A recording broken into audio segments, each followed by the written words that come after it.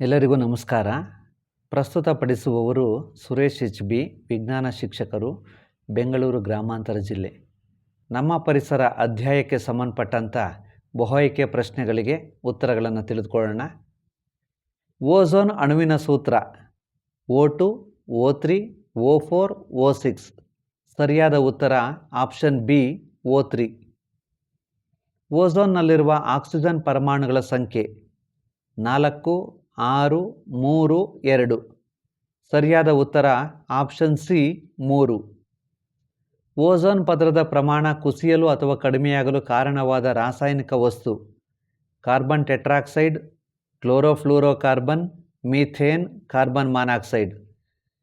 ಸರಿಯಾದ ಉತ್ತರ option B ಕ್ಲೋರೋಫ್ಲೂರೋಕಾರ್ಬನ್. ವಾತಾವರಣ ಆಕ್ಸಿಜನ್ನನ್ನು ಓಝೋನ್ ಆಗಿ ಪರಿವರ್ತಿಸುವ ವಿಕಿರಣ ಗಾಮಾ ವಿಕಿರಣ, ಅವಕೆಂಪು ವಿಕಿರಣ, ಕಾಸ್ಮಿಕ್ ವಿಕಿರಣಗಳು, ನೇರಳಾತೀತ ವಿಕಿರಣಗಳು.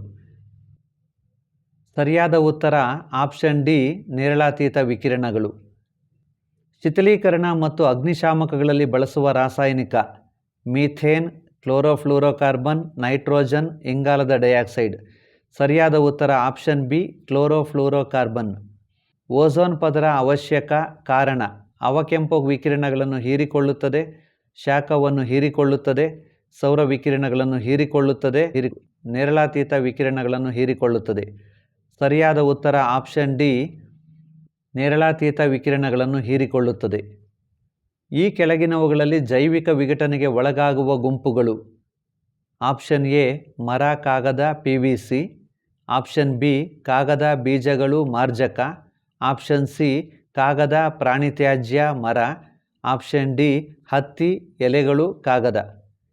ಸರಿಯಾದ ಉತ್ತರ ಆಪ್ಷನ್ ಡಿ ಸಿ ಮತ್ತು ಡಿ.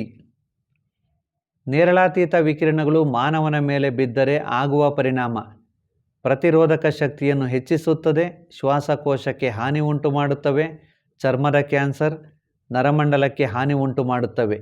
ಸರಿಯಾದ ಉತ್ತರ ಆಪ್ಷನ್ ಸಿ ಚರ್ಮದ ಕ್ಯಾನ್ಸರ್.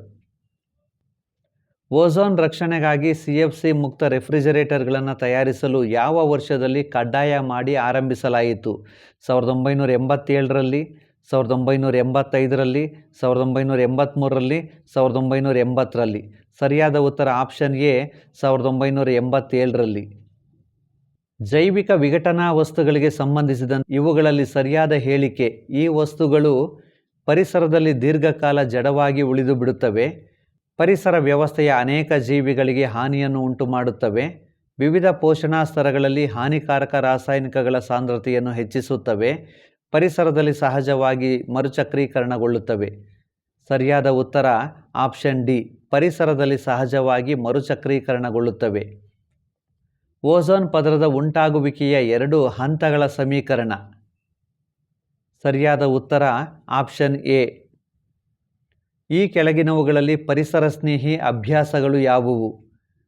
ಶಾಪಿಂಗ್ ವೇಳೆ ಖರೀದಿಸಿದ ವಸ್ತುಗಳನ್ನಿಡಲು ಬಟ್ಟೆಯ ಬ್ಯಾಗ್ಗಳನ್ನು ಒಯ್ಯುವುದು, ಅನಗತ್ಯವಾಗಿ ಉರಿಯುತ್ತಿರುವ ವಿದ್ಯುತ್ ದೀಪಗಳನ್ನು ಮತ್ತು ಫ್ಯಾನ್ಗಳನ್ನು ಆರಿಸುವುದು, ಶಾಲೆಗೆ ಹೋಗಲು ನಿಮ್ಮ ತಾಯಿಯ ದ್ವಿಚಕ್ರ ವಾಹನ ಬಳಸುವ ಬದಲು ಕಾಲ್ನಡಿಗೆಯಲ್ಲಿ ತೆರಳುವುದು. ಮೇಲಿನ ಎಲ್ಲವೂ ಸರಿ. ಸರಿಯಾದ ಉತ್ತರ ಮೇಲಿನ ಎಲ್ಲವೂ ಸರಿ. ಒಮ್ಮೆ ಬಳಸಿ ಎಸೆಯುವ ಪ್ಲಾಸ್ಟಿಕ್ ಕಪ್ಗಳನ್ನು ಬಳಸಬಾರದು, ಏಕೆಂದರೆ ಅವುಗಳನ್ನು ಹಗುರ ವಸ್ತುವಿನಿಂದ ಮಾಡಿರುತ್ತಾರೆ. ಅವು ವಿಷವಸ್ತುಗಳಾಗಿವೆ. ಅವು ಜೈವಿಕ ಶಿಥಿಲೀಯ ವಸ್ತುಗಳಿಂದಾಗಿವೆ. ಅವು ಜೈವಿಕ ಶಿಥಿಲೀಯವಲ್ಲ. ಸರಿಯಾದ ಉತ್ತರ ಆಪ್ಷನ್ ಡಿ ಅವು ಜೈವಿಕ ಶಿಥಿಲೀಯವಲ್ಲ. ಜೈವಿಕ ವಿಘಟನೆಗೆ ಒಳಗಾಗದ ಕೆಲವು ರಾಸಾಯನಿಕ ವಸ್ತುಗಳು ಗರಿಷ್ಠ ಸಾಂದ್ರತೆಯಲ್ಲಿ ಆಹಾರ ಸರಪಳಿಯ ಉನ್ನತ ಮಟ್ಟವನ್ನು ಆಕ್ರಮಿಸಿಕೊಳ್ಳುವ ವಿದ್ಯಮಾನಕ್ಕೆ ಹೀಗೆನ್ನುವರು: ಶಕ್ತಿ ಸಂವರ್ಧನೆ, ಜೈವಿಕ ಸಂವರ್ಧನೆ, ವೇಗವರ್ಧನೆ, ರಾಸಾಯನಿಕ ಸಂವರ್ಧನೆ. ಸರಿಯಾದ ಉತ್ತರ ಆಪ್ಷನ್ ಬಿ ಜೈವಿಕ ಸಂವರ್ಧನೆ.